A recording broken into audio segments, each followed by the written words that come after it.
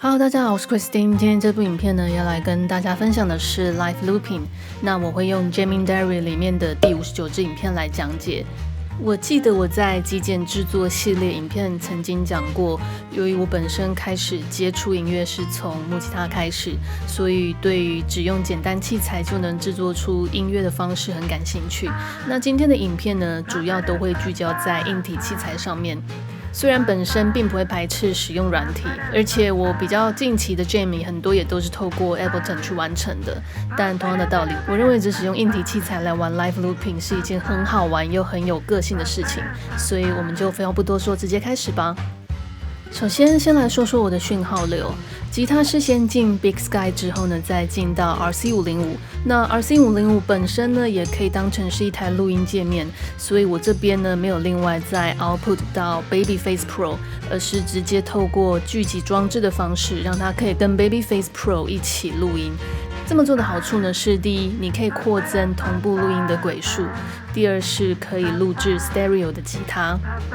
再来 Micro Freak 的部分呢，是先进到 Zoya， 接着 Stereo Out 到 Babyface Pro， 另外还有一条 MIDI 线是从 RC505 的 MIDI Out 接到 Micro Freak 的 MIDI In。关于这个部分不太了解的呢，可以参考这部影片。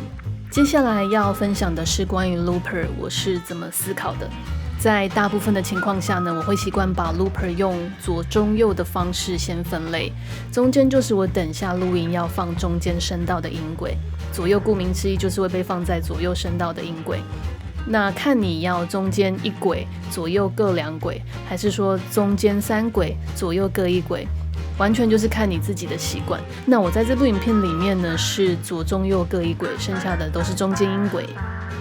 由于我本身创作的音乐类型大多是 ambient， 会使用到很多 delay 或 reverb 这类的空间效果器，尾音通常也会比较长，所以在 Looper 的录音模式都是选择 record、dub， 然后再来是 play。这样录音的时候呢，就会完整地把尾音一起录进去，声音也不会被切断。再来这边一样有使用预设小节数，那我先按第4轨，接着按第2轨的原因呢，是因为我想要右边声道录完之后，马上可以接着录左边的声道，不想要再等几个小节后才能录左声道，避免整个录音的过程会拖太长。